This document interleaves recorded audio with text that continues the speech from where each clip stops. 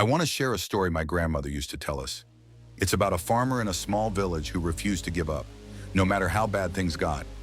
It's simple, but it stuck with me. There was an old farmer named Baba Kande. He wasn't rich. He didn't own a tractor or fancy tools. All he had was a small piece of land, a worn-out hoe, and a stubborn heart. People respected him, but they also pitied him because nothing ever seemed to go his way. One year, the rains came too early. His first planting washed away in one night.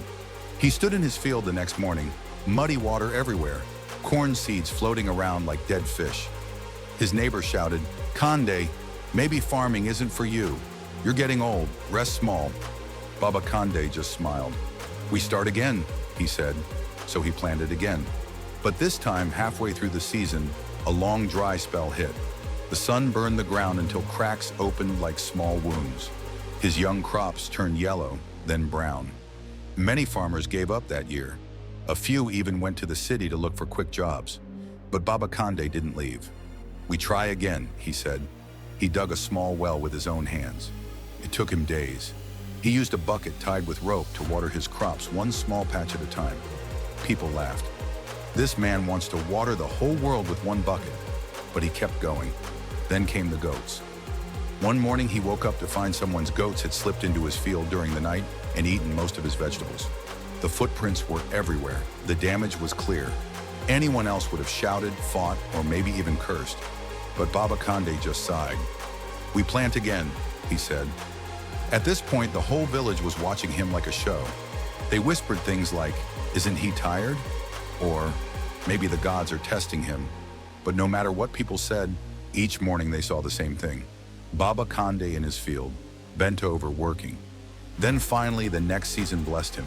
The rains came right on time. The sun shone just enough. His crops grew tall and strong.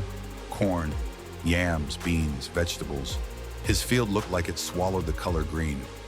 People who passed by stopped and stared. Even the goats kept away, as if they knew they'd lose the fight this time. When harvest came, Baba Kande had more food than he had ever grown in his whole life. He filled sacks, baskets, and clay pots. He shared with families who had nothing. He fed widows and children. He even helped a few neighbors who had left farming and returned home with empty hands. Everyone asked him how he made it through so many bad seasons. Baba Kande just laughed softly. "Life beat me many times," he said, "but each time I fell, I stood up again. That is all."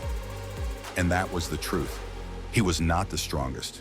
He was not the luckiest. He was not the most skilled. He was simply the man who refused to give up.